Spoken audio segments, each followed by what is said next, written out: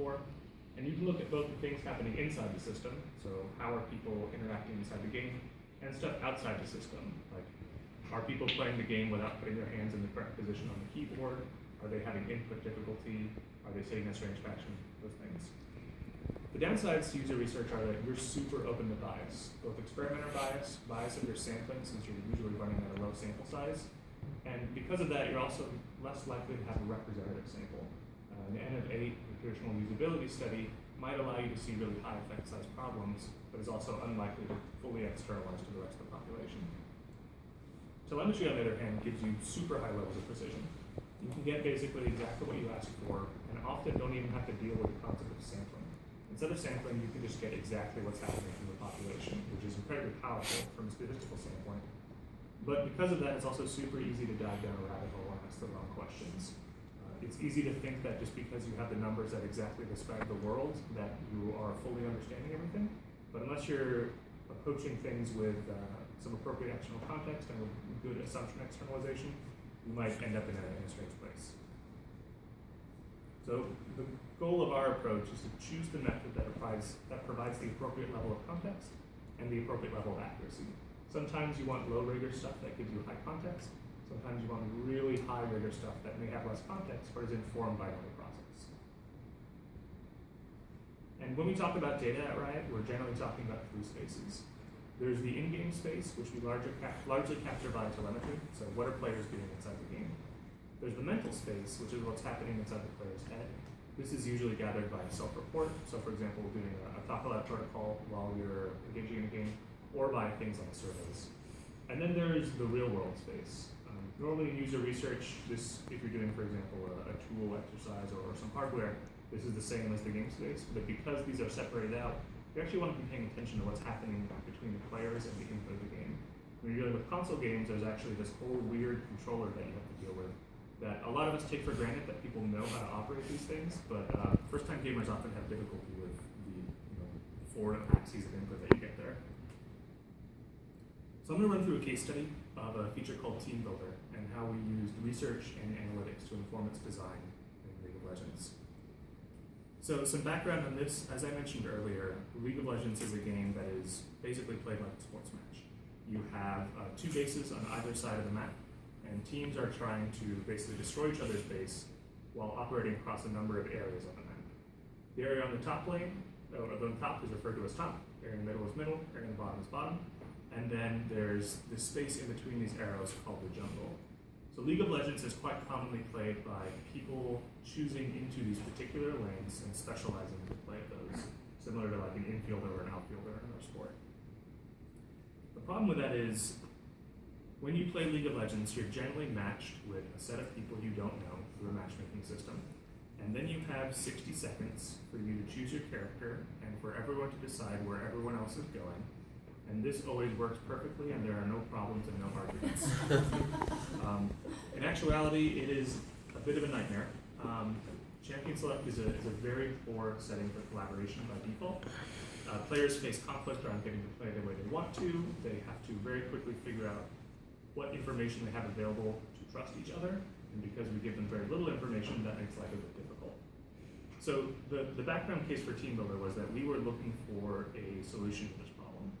And our approach was to focus on collaboration and player intent.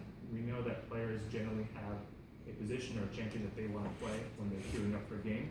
It would be nice to let them actually do that. Also, we were dealing with a larger problem here. To go back, there was this idea of top and middle and bottom. Well, over time, the strategies that players use start to crystallize, and you start getting certain patterns of what characters play well where and what strategies you want to use. Players colloquially refer to this as the meta. And there's a lot of sensitivity around how much Riot either enforces or does not enforce the meta. How basically we designed the game to allow for the emergence of new strategies. So we wanted to make something that wouldn't just set the meta by the virtue of how people were queuing. If you've ever played World of Warcraft, you may have seen like a dungeon finder. In World of Warcraft, it's pretty easy to make a party of a healer, a tank, and then 3 damage dealers. In League, it's much more complicated. And while you could set up something that is that basic, it would drastically constrain the emergence of new strategies. And that was something that wasn't on the table for our solution. There's also some core assumptions that went into the development of this. We assumed that players value playing in a sportsmanlike team over other considerations, so that if we could maximize that, they would be getting more value than, for example, getting into a game extremely quickly. And also, we were assuming that player perception and behavior could support this kind of system. If, for example, 50% of the population always wanted to play top lane and always wanted to play Mundo, then it wouldn't work so well. So naturally, we did a bunch of stuff to figure out whether we could design a system with these constraints and figure out how to iterate on that. So the overall flow of this was a mix of some heavy upfront user research, followed by some validation on the end using a mix of user research and telemetry. So up first, we wanted to see whether the core assumptions of our approach were real. So we did some really early survey testing, simulating the experience in the survey, and also asking players their perceptions of some different things. This was a random sample survey of 1,000 North American and European players, where we were able to view play preferences. So as I mentioned, there's basically 5 different roles in the game, and we saw that each role had at least a 15% favor rate. We were looking for 20% basically. That would be a perfect world where everyone has 1/5 preference for a thing. But 15% suggested to us that there was room enough for some variance in the system and that people would use it. We were also examining what people desired most in team formation, whether it was the composition of the team, so is it a set of characters that I think is going to win? Is it the sportsmanship of the team, so is it that other people can get along? Is it that I get to play exactly what I want to play? What we found was that sportsmanship dominated the hell out of that decision. 50% of players chose that as their first choice in a stack ranking paradigm, and the composition of the team was 37%. When it came to the feature disposition, so basically presenting players with a notion of feature, people were really positive about this, but super, super anxious about the notion of enforcing the meta. So we came in with the assumption that players would be worried about this given past conversation, and it very much came out that way. We also saw that when we simulated the way the feature worked, so basically having people step through the survey assigning them different compositions as though they were using the system, people were really split about having unconventional role champion pairings. So roles in the game are things like I'm playing a fighter or I'm playing like a mage. Some champions can play across multiple positions, and when those positions were ones that players weren't used to those characters doing, they were a little more anxious about that, which makes sense given the previous thing about composition.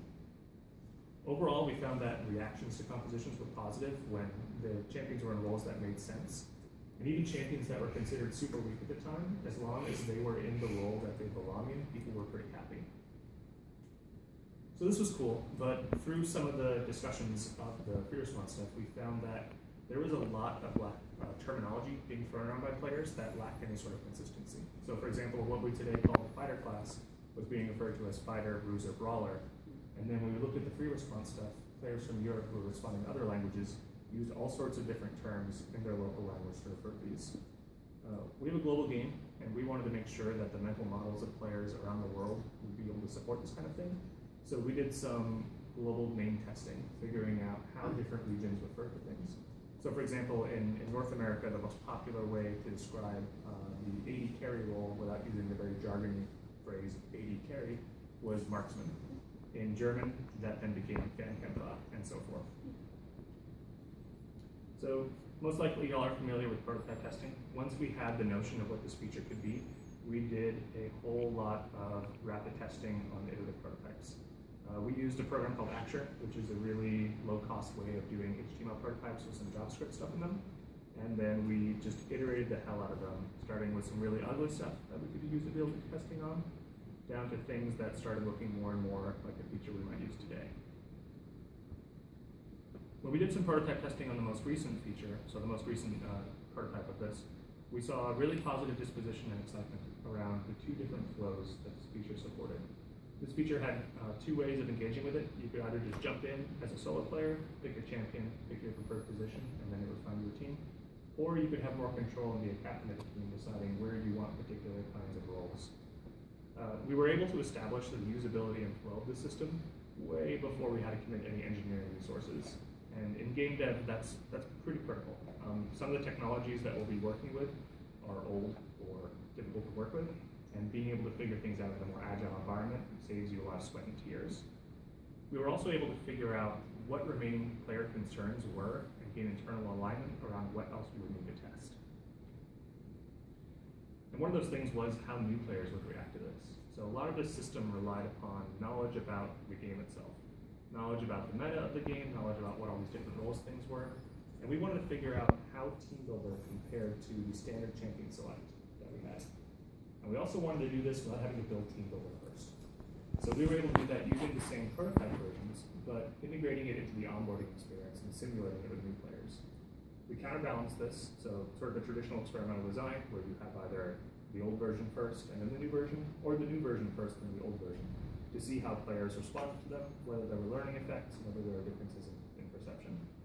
Overall, we found that it had a very positive intended effect. We saw that players understood the solo stuff immediately. Like, yeah, I'm gonna play this big Minotaur guy, he seems tanky, I'm gonna go do that. When they were the captain, they understood that this was a relatively strategic game, and they were able to set their stuff pretty easily. They didn't know as much around the roles, and they were actually confused about this because of knowledge from other games. So roles like fighter or mage or tank, they assumed would change the nature of the character they were picking, similar to like a perk system in Call of Duty. But overall, they were happier with the experience. They were able to understand it better, and they were a lot less stressed out early on, as the initial champion select has that 60-second timer, which for a new player is real exciting to see. So this is the version that we ended up shipping, and we ended up shipping it to public beta first. The public beta environment is another way that we were able to gather insights from our players. It allows us to do some more telemetry stuff around seeing how the system actually performs, how long queue times are, and so forth. It also has the value of being able to engage with players directly, having discussions around, for example, the UX of Team Builder. One of the downsides of public beta testing is that the sample can be quite non-representative. You get like your most enthusiast player base there who are most willing to check out features, but it's still a good way to get more deep information on a particular subset of players. So this is what we ended up shipping with. If you're playing nowadays, you've probably seen this before. But research doesn't stop when you ship, especially when you're dealing with a service game. So we wanted to figure out how Team Builder was doing online, and we did this through a combination of telemetry and research. When it came to telemetry, we were really interested in the queue times. How long was it taking players to get into games? Because there was more setup involved on the front end now, and because players could choose particular compositions that they wanted, it was likely that certain kinds of compositions would take a while to fill. If you were doing something really weird, like sending a support in the jungle, probably gonna take a while for players to queue up for that. And given that, we also wanted to know how long players were willing to wait before they abandoned the process. We saw from their free response and from the lab studies that people were generally pretty happy waiting a little bit longer, but in the wild, we wanted to make sure that held over time. Players told us they wanted sportsmanship over speed, but when the rubber hits the road, it's important to actually validate that and move things around. We also wanted to see what role distribution was. As I mentioned earlier, at the time of the survey, we saw that there was 15% lowest for one role. But over time, role perceptions shift, and we wanted to make sure that there were enough of particular roles in the system to support matches happening. If you say had only 10% of players choosing the jungle role, and all teams asking for junglers, that doesn't work so well when you have 5 players on a team. And then we also wanted to track what kinds of roles and what lane combinations were happening, where people were sending particular roles. So when it came to where people were sending particular roles, we were able to build some really cool Tableau visualizations to allow us to track this over time. So again, the axes are strict, but this is an over time view of where people were sending different roles in the middle, where they were sending different roles when it came to middle. So on the vertical axis, that's more popularity down to lower popularity. So people were sending mages and assassins to middle quite frequently, but they weren't sending tanks or marksmen or supports as much. And there's a spike over time where fighters become quite popular in the middle, but that starts to die off again. And if we were showing the full graph, you would see it drop back to the other one. That's an effect of balance on the game being reflected in terms of what roles are queuing up. These systems are very interconnected, and being able to track this over time allows you to figure out how other teams' work is affecting the overall viability of this feature. From the research side of things, we also wanted to figure out what perceived wait time was. One trick about Team Builder, or one peculiarity, is that once you queue up, there's not really much you're doing otherwise. As opposed to in the old system, while it may take the same amount of time in total, champion select is a very active process where you're discussing discussing with players, you're choosing what you want, you're dealing with arguments. So it's possible that if the wait times are the same, they could still be perceived as shorter or longer. So we wanted to understand what players thought about that. We also wanted to understand whether players thought that there was equitable role distribution. Again, perception may be different than reality, and it's important for us to understand the experience. In this case, we were doing some post surveys, and we were able to see things like player perceptions of how easy it is to play with friends. One reason we wanted this feature was we thought it would make it easier for players of different types to get together. This is on a 5-point scale, 1 being strongly disagree, 5 being strongly agree. 3.44 is not super strong, so we didn't see much needle move there in terms of how easy it is to play with friends. We did see a relatively sizable bump in terms of sportsmanship perceptions. So players agreed that when they were playing a team builder, other players were more sportsmanlike than when they were playing in the normal version of the game. And overall, players overwhelmingly agreed that the new system was a better experience than the old system, though that didn't mean that there weren't things to work out and there weren't particular issues with it. For example, at the time of launch, queue times were an issue that ended up being resolved through some future features. So that was one example of how we do this kind of stuff. We use this pairing all over the place.